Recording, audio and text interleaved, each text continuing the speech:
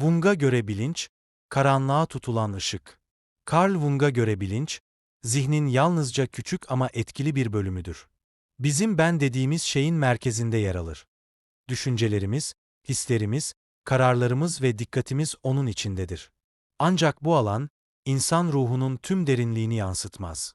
Bilinç, okyanusun yüzeyidir. Oysa bilinç dışı, derinlerde saklı dev bir dünya gibidir. Jung, insanın gerçek anlamda özgürleşebilmesi için bu görünmeyen dünyayı keşfetmesi gerektiğini savunur. Çünkü bastırdığımız arzular, unuttuğumuzu sandığımız anılar, korkular ve gölgeler, hepsi bilinç dışında saklıdır ve farkında olmadan hayatımızı yönlendirir. Jung der ki, bilinç dışı fark edilmediğinde ona kader deriz. İşte bu yüzden bilinç, sadece farkında olmak değil, gölgeleri tanımak, bastırılmış parçalarımızı kabul etmek ve içsel bütünlüğe ulaşmaktır. Gerçek bilinç, kendini bilmekle başlar. Ve bu yolculuk çoğu zaman acı vericidir.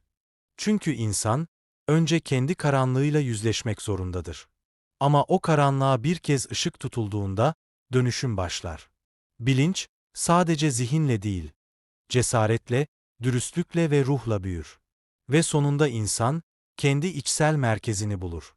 Jung'un bilinç anlayışı bize şunu öğretir: dış dünyayı değiştirmeden önce, iç dünyamızla yüzleşmeliyiz. Çünkü dışta gördüğümüz her şey, içte çözülmemiş bir yansıma olabilir. Carl Jung'a göre bilinç, yalnızca farkında olduğumuz düşüncelerimizden ibaret değildir.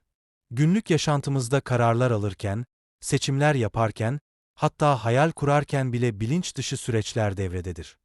Jung bilinci, bir gökyüzündeki yıldız gibi görür. Parlak ama yalnızca küçük bir alanı aydınlatır.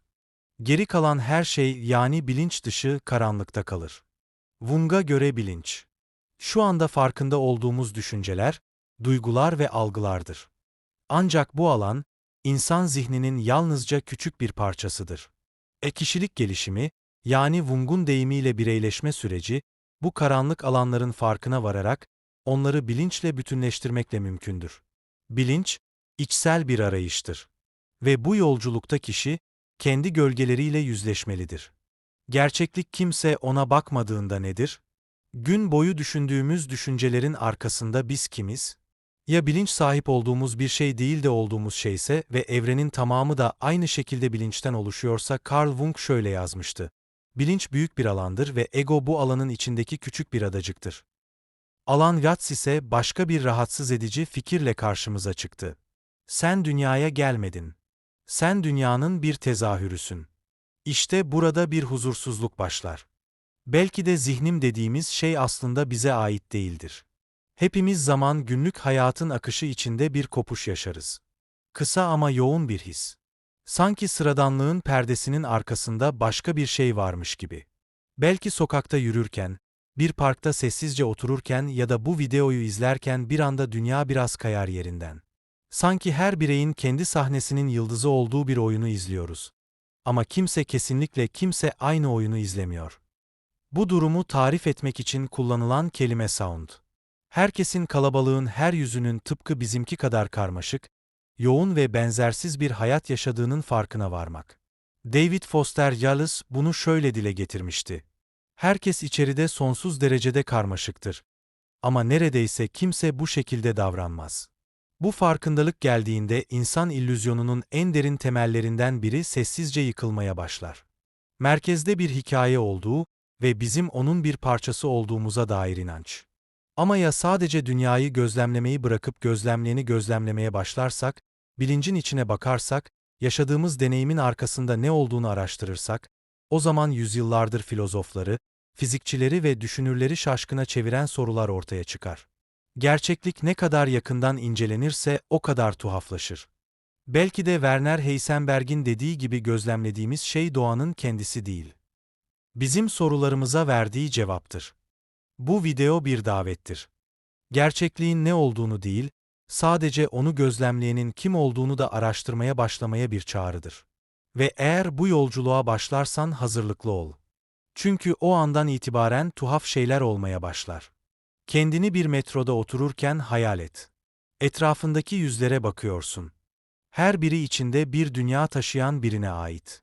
Gizli hayatlar, kimsenin görmediği anılar, yüksek sesle hiç söylenmemiş umutlar. Her insan şehir sokaklarında dolaşan anlamlarla dolu birer galaksi gibidir. İşte o anda zihin paramparça bir aynanın karşısında bulur kendini. Aynanın her parçası bağımsız bir hayatı yansıtır. Bu garip farkındalığa verilen isim yine sound kelimesiyle ifade edilir. Herkesin seninki kadar canlı, yoğun ve gerçek bir hayat yaşadığını birdenbire fark etmek, bu farkındalık egoyu sarsar. Hepimizin doğrusal bir hikayenin başrol oyuncusu olduğu inancını yerle bir eder. Çünkü gerçek şudur: kimse o hikayenin başrolü değildir. Tek bir anlatı yoktur. Milyarlarca anlatı vardır. Sürekli birbirine dokunan, çarpışan, ayrılan. Filozof Thomas Nugle bu farkındalığı hiçbir yerden bakış olarak tanımlar. Kendinden çıkıp başkalarının iç dünyasının genişliğini hayal edebilme kapasitesi, bir anlığına bile olsa bencillik filtresinden kurtulup başka hayatları fark edebilmek. Peki bu neden bizi bu kadar sarsar? Çünkü bilinç bize hem en tanıdık gelen hem de en gizemli kalan şeydir.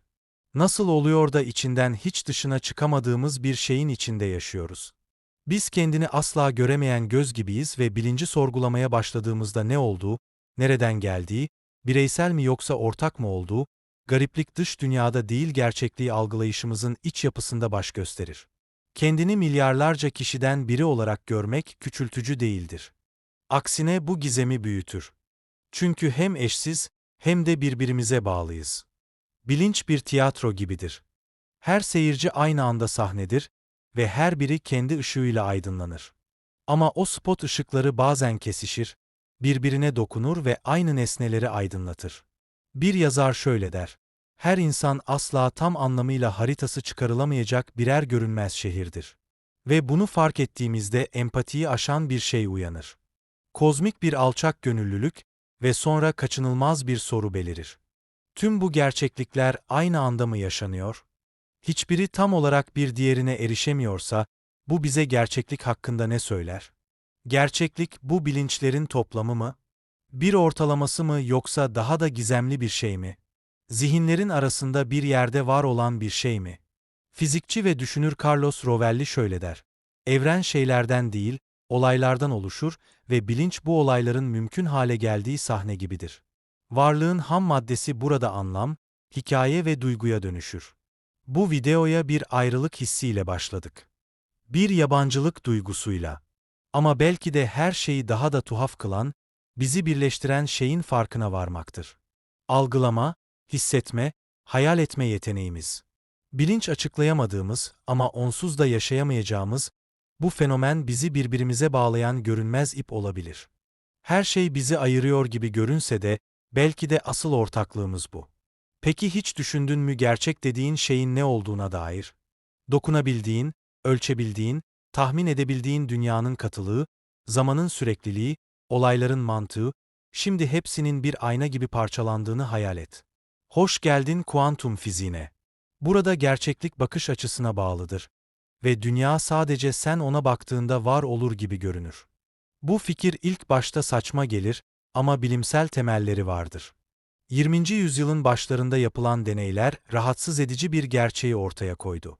Elektronlar, fotonlar gibi parçacıklar ölçülene kadar belirli bir konumda değildir.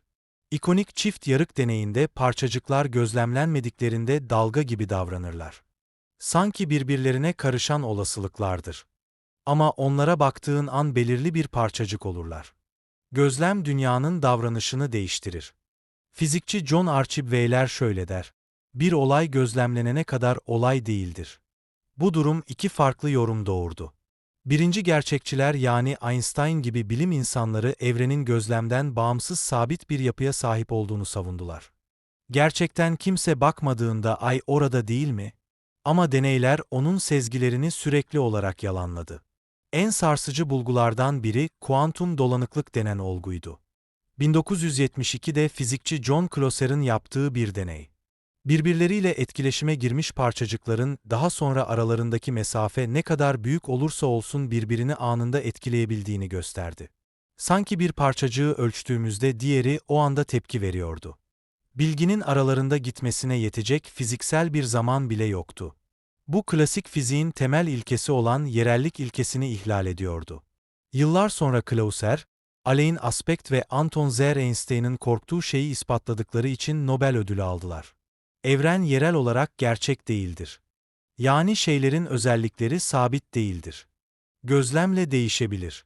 Uzak mesafelerde bile anında etkilenebilir. Gerçeklik gözlemledikçe adeta inşa ediliyor.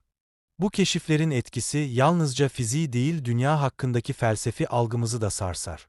Eğer gözlem gözlenen şeyi değiştiriyorsa, o zaman bilincin rolü ne? Hazır bir dünyayı pasif şekilde mi izliyoruz? Yoksa gerçekliğin dokusunun birlikte yaratıcıları mıyız? Fizik ve metafizik burada buluşur. Gözlemci gözlenen sistemin ayrılmaz bir parçası haline geldiğinde, nesnellik dediğimiz fikir yavaşça çökmeye başlar. Fizikçi ve filozof David Bohm evrenin şeylerden değil ilişkilerden oluştuğunu öne sürer. Sürekli akan bir bilgi dansıdır bu. Gözlemci de o büyük akışın içinde sadece başka bir parçacıktır. Kuantum dünyası kararsız bir evren gösterir bize. Olasılıkların birlikte var olduğu ancak bir seçimle şekillendiği bir evren. Ama o seçimi kim yapıyor ve bu seçim gerçekte ne anlama geliyor? Gerçekliğin özündeki bu tuhaflıkla karşı karşıya kaldığımızda bizi sarsan şey belki de kesinlikleri terk etmektir. Ve belki de asıl bilinç araştırması tam da burada başlar. Bilinci sadece kafamızın içindeki bir şey değil, evrenin bizzat açılımına katılan bir güç olarak görmekle. Buraya kadar gördük ki dünya göründüğü kadar katı değil. Mikroskobik düzeyde gerçeklik gözlemle birlikte dönüşüyor. Ama bu bizi daha temel bir soruya getiriyor. Gözlemleyen nedir? Gözlem dediğimiz şey tam olarak ne anlama gelir ve neden böyle bir şey varlığın kendisini tanımlama gücüne sahip olsun? Bu sorulara cevap arayan fizikçi John Archibald cesur bir fikir ortaya attı. Evren katılımcıdır. Yani sadece var olmakla kalmaz. Bizimle birlikte şekillenir. Liller'a göre gerçeklik maddenin ya da enerjinin değil bilginin temel birimlerinden oluşur. Her soru, her gözlem, her etkileşim bir bilgi parçasıdır ve bu bir mecaz değil. Bizzat varlığın yapısıdır. Bu anlayışa katılımcı gözlemci ilkesi adı verilir. Özünde şunu söyler. Evrenin dışından onu analiz eden bilim insanları değiliz. Biz onun içindeyiz. Her bilinç hali, her niyet, her bakış açısı gerçekliği inşa etmeye yardım eder. Bu teoriye göre gerçeklik bir ikili cevaplar ağı gibi işler. Evet ya da hayır, var ya da yok. A seçeneği mi, B mi? Ve en ilginç kısmı bazı deneyler, Wheeler'ın hipotezine dayanarak şunu gösterdi. Bir şeyi nasıl gözlemleyeceğimizi seçmemiz, onun geçmişte nasıl davrandığını bile etkileyebilir. Evet, doğru duydun. Şimdiki bir karar geçmiş bir olayın biçimini değiştirebilir. Ama bu zaman yolculuğu değil. Bu daha da derin bir gerçeğe işaret eder. Gerçeklik bir etkileşim yaşanana kadar tanımlı değildir. Yani dünya keşfedilmeyi bekleyen bitmiş bir yapı değil. Etkileşim oldukça kendini şekillendiren, yaşayan bir olasılıklar ağıdır. Bu yaklaşım bize bilinci yeni bir ışık altında değerlendirme fırsatı sunar. Bilinç fiziksel evrenin yan ürünü olmak yerine, belki de evrenin işleyişinin temel bir parçasıdır. Eğer bu doğruysa bizler yalnızca gözlemciler değiliz. Gerçekliğin dokusunu birlikte yaratan bilinçli varlıklarız. Ama bu aynı zamanda büyük bir sorumluluğu da beraberinde getirir.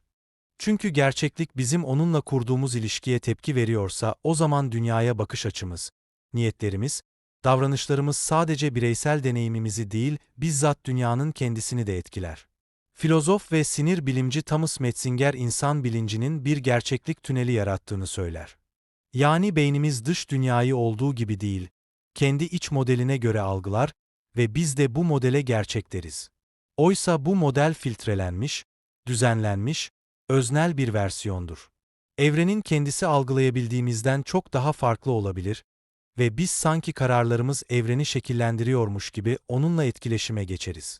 Haritayı çizerken aynı zamanda arazinin kendisini de çiziyoruzdur. Bu yüzden katılımcı evren fikri sadece bilimsel bir hipotez değil, aynı zamanda felsefi bir meydan okumadır. Bizi daha bilinçli, daha sorumlu, daha farkında yaşamaya davet eder. Çünkü her eylemimiz dünyanın görünmeyen dokusuna katkı sağlar. Ve belki de en başından beri bilinci yanlış yerden sorguluyorduk. Belki de sormamız gereken madde bilinci nasıl üretir? Değil. Bilinç madde aracılığıyla nasıl ortaya çıkar sorusudur. İşte bu düşünce zihin felsefesinin en tartışmalı ve etkileyici teorilerinden birinin kapısını aralar. Panpsişizm. Bu teoriye göre bilinç sadece karmaşık beyinlerde değil evrenin en temel parçalarında da vardır. Tıpkı kütle ya da yerçekimi gibi bilinç de evrenin temel bir özelliğidir. Yani her şey bir düzeyde bilince sahiptir. İnsan gibi düşünmez ya da hissetmez. Ama bir tür öznel varoluş bir deneyim kıvılcımı taşır. Bu kulağa mistik gelebilir ama aslında çok eski bir düşüncedir. 17. yüzyılda Baruch Spinoza zihin ve maddenin aynı özün iki farklı yönü olduğunu savunmuştu. Günümüzde Galen Strawson ve Philip Goff gibi düşünürler, bilinçsiz maddenin bilinç üretemeyeceğini, ancak maddenin zaten bilinçle ilgili bir niteliği varsa, bu gizemin açıklanabilir olduğunu söylüyorlar. Mantık şu: bizler evrendeki parçacıklardan oluşuyoruz. Bu parçacıklar her şeyin yapı taşı. O zaman neden bilinç sadece belirli bir şekilde organize olduklarında ortaya çıksın? Belki her parçacıkta bir tür bilinç hali vardır ve insan bilinci bu evrensel niteliğin yalnızca karmaşık bir versiyonudur. Bu hipotez kuantum fiziğinin gizemlerini açıklamada da bir anahtar olabilir. Bildiğimiz gibi gözlem tek başına parçacıkların davranışını değiştiriyor. Ama eğer her şeyde bir tür bilinç varsa, belki de hiçbir an gerçekten gözlemsiz kalmamıştır. Belki de evrenin tamamı kendini gözlemleyen büyük bir bilinç alanıdır.